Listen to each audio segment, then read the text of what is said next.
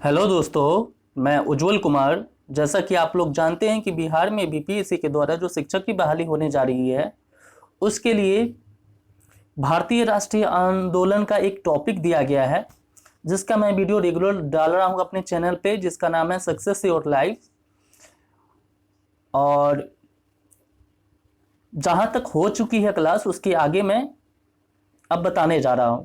अगर आप मेरे चैनल पे नए हैं तो कृपया चैनल को सब्सक्राइब कर लीजिएगा और बेल आइकन को दबा लीजिएगा, ताकि जब भी मैं वीडियो अपलोड करूं तो आपके पास वो वीडियो पहुंच जाए। और मैं एक एक टॉपिक को एक एक बारीकी से पढ़ा रहा हूं, तो एक एक पॉइंट को आप बढ़िया से देखेंगे तो आपके एग्जाम में एक भी प्रश्न छूटेगा नहीं। और मैं सब्जेक्टिव टाइप करवा रहा हूं, उसके बाद मैं ऑब्जेक्टिव टाइप का सीरीज भी लेकर आऊँगा, तो आप चैनल को सब्सक्राइब जरूर कर लीजिएगा। और मैं ये इतना बता दूँ आपको कि एक भी प्रश्न आपका छूटने वाला नहीं है, क्योंकि ये बेसिक से एडवांस तक पूरे चीज़ों को बताया जा रहा है ना। तो चलिए आज हम बात करते हैं खिलाफत एवं असहयोग आंदोलन के बारे में। इससे पहले बहुत सारे क्लास हो चुके हैं, आप प्लेलिस्ट में जाकर एक बार देख सकते हैं, और आप शुरू से देखेंगे तो आपको समझ में आएंगी, ठीक है। क्योंकि ये ऐसा ही टॉपिक है, क्योंकि बीच में आएंगे तो समझ में नहीं आएंगी, ठीक है। तो चलिए देखते हैं, एक एक लाइन बहुत इंपॉर्टेंट है, तो देखते हैं। हम बात करते हैं, आज का टॉपिक है खिलाफत एवं असहयोग आंदोलन। तो ये एक 1919 से 1922 तक चला, ठीक है। और इसमें दो पृथक पृथक आंदोलन था। यह जो आंदोलन था दो पृथक पृथक आंदोलन था, यानी दो आंदोलन था जो अलग अलग आंदोलन था। इसका मार्ग जो था अहिंसक संघर्ष था, ठीक है। इसका जो मार्ग था अहिंसक संघर्ष था, ठीक है। और प्रथम विश्व युद्ध 1914 से 1918 तक हुई। जो प्रथम विश्व युद्ध हुआ वो 1914 से 1918 तक हुई, जैसा कि आप लोग देख रहे होंगे। और प्रथम विश्व युद्ध के बाद भारत में क्या हुआ, जैसे प्रथम विश्व युद्ध हुआ उसके बाद भारत में क्या हुआ, आर्थिक कठिनाई बढ़ गई, रॉलेट एक्ट आ गया और पूरे पंजाब में मार्शल लॉ लगा दिया गया, ठीक है। और जालियांवाला बाग हत्याकांड हुआ, ठीक है। ये सब चीज़ें हुई। आगे हम बात करें तो जैसा कि आप लोग देख रहे होंगे कि 1919 में एक रिफॉर्म यानी सुधार लेकर आया गया। 1919 में एक रिफॉर्म यानी सुधार लेकर आया गया, जिसे मॉन्टेग्यू चेम्सफोर्ड सुधार कहा जाता है, ठीक है। एक एक लाइन बहुत इंपॉर्टेंट है, इसलिए ध्यान से सुनिएगा। 1919 में एक रिफॉर्म लेकर आया गया, जिसे मॉन्टेग्यू चेम्सफोर्ड सुधार कहा जाता है। और इसी सुधार को गवर्नमेंट ऑफ इंडिया एक्ट 1919 के नाम से जानते हैं, ठीक है। आगे हम बात करें तो 1901 का जो एक्ट था, ठीक है, 1901 एक्ट को मार्ले मिंटो सुधार कहा जाता है।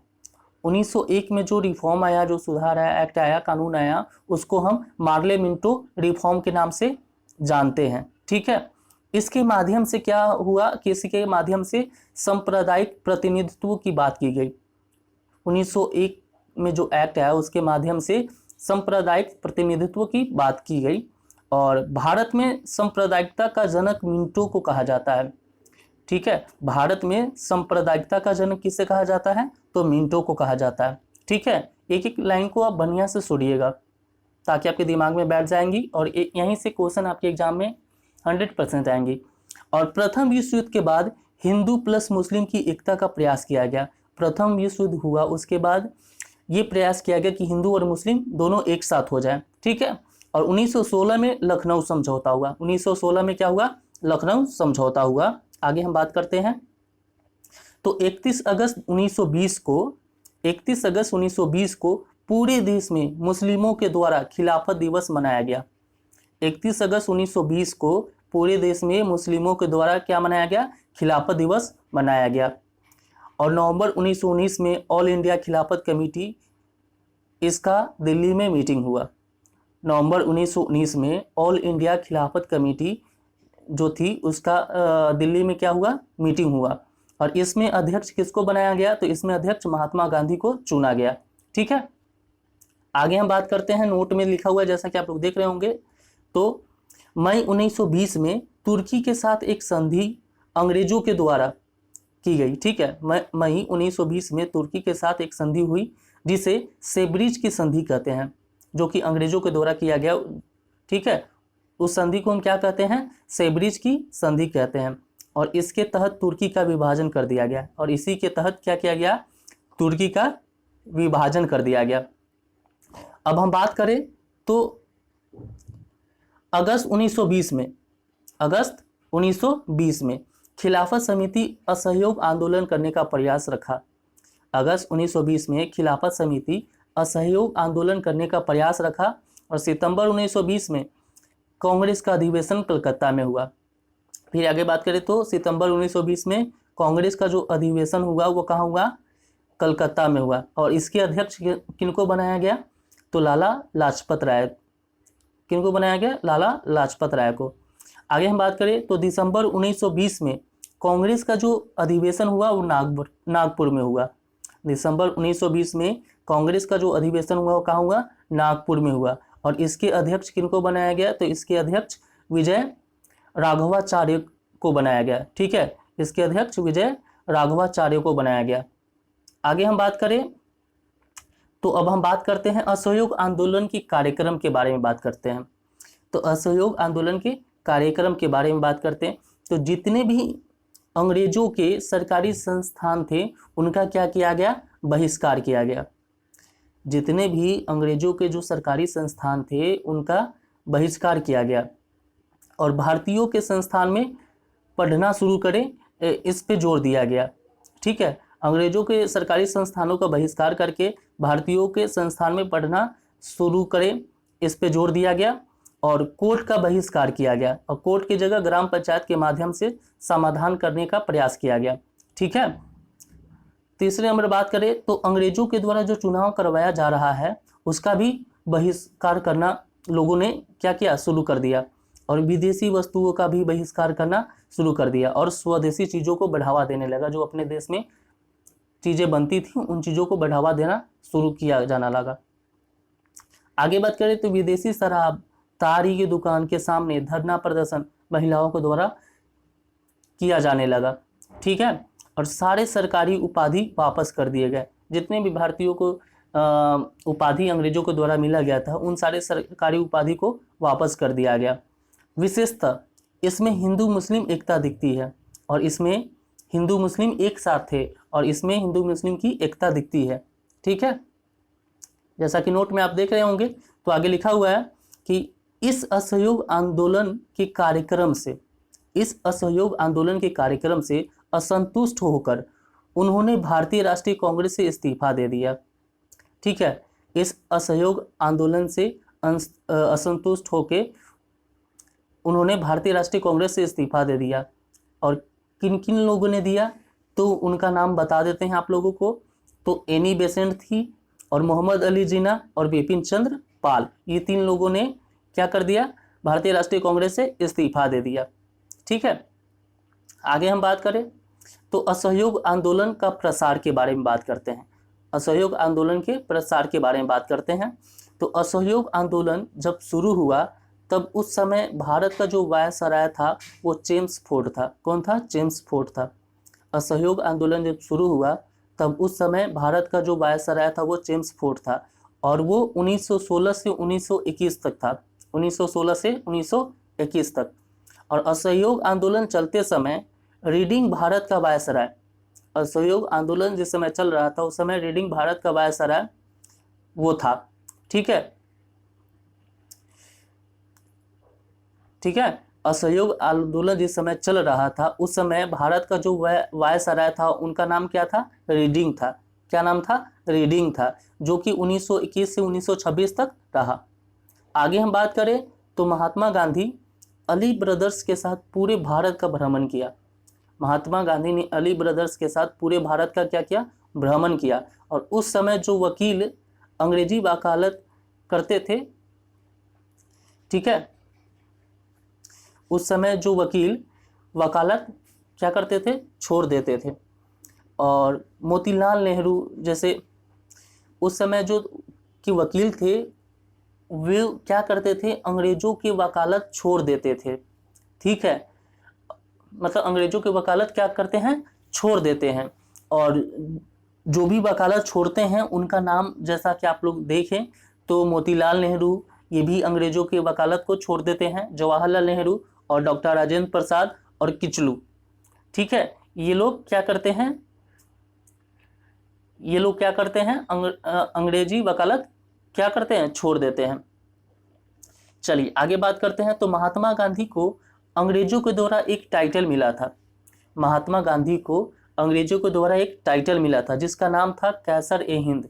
ठीक है, महात्मा गांधी को अंग्रेजों के द्वारा एक टाइटल मिला था जिसका क्या नाम था, कैसर ए हिंद, जिसको उन्होंने कैसर ए हिंद की उपाधि अंग्रेजों को वापस लौटा दी। ठीक है, जिसको उन्होंने, महात्मा गांधी ने कैसर ए हिंद की उपाधि अंग्रेजों को क्या कर दी, वापस लौटा दी। और जमनालाल बजाज ने भी राम बहादुर का टाइटल वापस कर दी। जमनालाल बजाज जो थे उनको भी राम बहादुर का टाइटल मिला था जिसको उन्होंने वापस लौटा दिया। ठीक है, और इस आंदोलन के आरंभ में, मतलब इस आंदोलन के शुरुआत में लोकमान्य बाल गंगाधर तिलक का निधन हो गया। और इसी आंदोलन के शुरुआत में लोकमान्य बाल गंगाधर तिलक का निधन हो गया। उस समय यानी उस तिलक के नाम पर एक फंड लाया गया। बाल गंगाधर तिलक का जो निधन हो गया तो तिलक के नाम पर एक फंड लाया गया जिसका नाम तिलक स्वराज फंड रखा गया। ठीक है, जिसका नाम क्या रखा गया, तिलक स्वराज फंड रखा गया। और इसमें बहुत कम समय में 1 करोड़ रुपए से ज़्यादा चंदा इकट्ठा हो गया। और इसमें बहुत कम समय में 1 करोड़ रुपए से ज़्यादा क्या हुआ, चंदा इकट्ठा हो गया। और आगे हम बात करें तो कई क्षेत्रीय आंदोलन में असहयोग आंदोलन को नई ऊर्जा प्रदान किया। और कई क्षेत्रीय आंदोलन जो किया गया उसमें असहयोग आंदोलन को एक नई ऊर्जा प्रदान किया गया। जैसे अवध किसान आंदोलन किया गया जो यूपी से किया गया था, यूपी में। और एका आंदोलन किया गया यूपी में। मोपला विद्रोह किया गया मालाबार यानी जो केरल में पड़ता है वहाँ से। ठीक है, आगे हम बात करें तो अब हम बात करते हैं जनप्रतिनिधि की। किसकी बात करते हैं, जनप्रतिनिधि की। तो जनप्रतिनिधि की बात करें, जैसा कि आप लोग देख रहे हैं, तो इसमें पार्टिसिपेशन किन किन लोगों ने किया। तो इसमें मिडिल क्लास भी थे, स्टूडेंट भी थे, औरतें भी थे, वुमेन्स भी थी, फार्मर थी और हिंदू प्लस मुस्लिम, ये सभी लोगों ने क्या क्या पार्टिसिपेशन किया। और मई 1921 में रीडिंग जो भारत का वायसराय था, मई 1921 में रीडिंग जो भारत का वायसराय था, वायसराय का नाम क्या था, रीडिंग, वह महात्मा गांधी को बुलाता है। और दिसंबर 1921 में कांग्रेस का अधिवेशन होता है।